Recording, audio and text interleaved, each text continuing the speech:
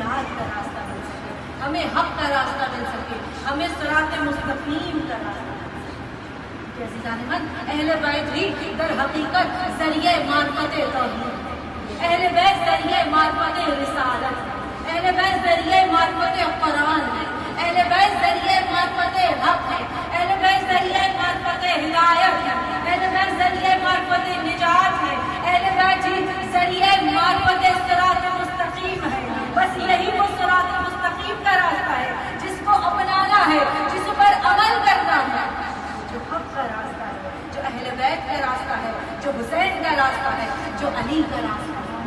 بس اسی راستے پر چل کر کامیابی ہے، دنیا میں بھی کامیابی ہے، آخرت میں بھی کامیابی ہے، دنیا میں بھی نجات ہے، آخرت میں بھی نجات ہے، دنیا میں بھی سب کچھ ملے گا، نہیں کے صدقے آخرت میں۔ سائمن یہ وہ حق کا راستہ ہے جس کے لیے پروردگار کہہ رہا ہے کہ بس اس راستے کو اپنائیں، اور اس پروردگار کی نعمتوں کا جتنا شکر ادا کیا جائے وہ کم ہے۔ وہ بن مانگے بھی بے شمار نعمتیں نوازتا ہے، مانگنے پر بھی عطا کرتا ہے، مگر جو دنیاوی نعمتیں اگر اس کو ایک طرف کر دیں، ہم دنیاوی شکوے ایک طرف کر دیں، مگر جو اس کی نعمت جو سب سے بڑی اس پروردگار عالم نے ہمیں نعمت عطا کی، جو سب سے بڑی دولت عطا کر دی، وہ ہے ایمان کی، وہ ہے ایمان کی دولت۔ اور اس پروردگار کی سب سے بڑی نعمت اور دولت یہ ہے کہ اس نے ہمیں علی اور آل علی سے منسلک کر دیا، اس نے ہمیں محمد اور آل محمد سے منسلک کر دیا، اس نے ہمیں فرش حسین سے وابستہ کر دیا۔ کوئی عام فرش نہیں ہے، یہ کوئی عام ڈر نہیں ہے، اس نے ہمیں درے اہل بیت سے منسلک کیا۔ اس میں ہمارا کمال نہیں ہے عزیزان من، یہ ہمارا کمال نہیں ہے، نہ ہمارے اختیار میں ہے، کسی کے اختیار میں ہے دنیا میں آنا، دنیا سے جانا۔ وہ رب کہہ رہا ہے میرے بندے تو اس قدر نادان ہے، اس قدر کمزور ہے کہ نہ اس دنیا میں آ سکتا ہے، اپنی مرضی سے اس دنیا سے جا سکتا ہے۔ کمزوری کی انتہا پہ ہے، مگر پھر بھی یہی انسان جب اس دنیا میں آ جاتا ہے، اس دنیا کی رنگینیوں میں کھو جاتا ہے، تو بس وہ کبھی فرعون بن جاتا ہے، کبھی نمرود بن جاتا ہے، کبھی یزید جیسا ظالم بن جاتا ہے۔ وہ بھول جاتا ہے چند دن کے لیے اس دنیا میں میرا خالق اور مالک دیکھ رہا ہے، وہی حساب لینے والا ہے۔ پروردگار عالم نے ہمیں بے شمار نعمت اور دولت کو عطا کری، مگر جو سب سے بڑی نعمت اور دولت عطا کر دی، جس کے لیے ساری زندگی اگر ہمارا سر سجدے میں رہے اور اس رب کا شکر ادا کرے پروردگار، ہم اس قابل تھے، نہ ہمارے اعمال اس قابل تھے۔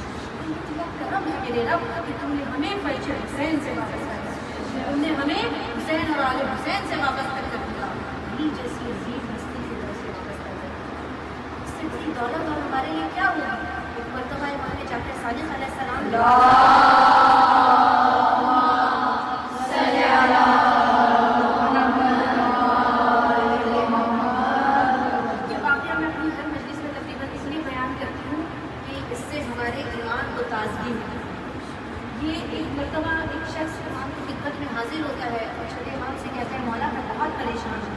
مولا میرے پاس گھر میں کھانے کو کچھ نہیں ہے، میرے بچے بھوکے ہیں، میں بہت غریب ہوں۔ میرے مولا نے کہا اچھا اگر میں تم سے کچھ مانگوں تو کیا تم مجھ کو دو گے؟ کہنے لگا مولا میں تو خود آپ کے در پر آیا ہوں، میرے پاس تو کچھ بھی چاہیے، کھانے کو میرے بچے گھر میں بھوکے ہیں، کئی دن سے مانگے ہیں، میرے پاس کچھ بھی نہیں ہے۔ میرے مولا کہتے ہیں اچھا کس نے کہا کہ وہ غریب ہے؟ مولا میں آپ کے سامنے سچ بیان کروں۔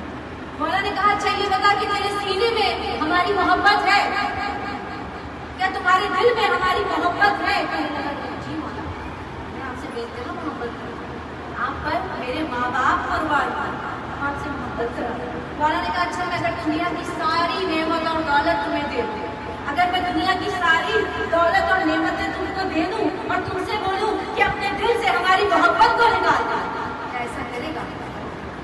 نہیں مولا ایسا کبھی نہیں ہو سکتا، آپ پر ہماری جان اور مال سب کچھ قربان ہے، آپ سے بڑھ کر کچھ نہیں ہے۔ تو میرے مولا کہتے ہیں پھر کس نے کہا تو غریب ہے؟ کس نے کہا تو غریب ہے؟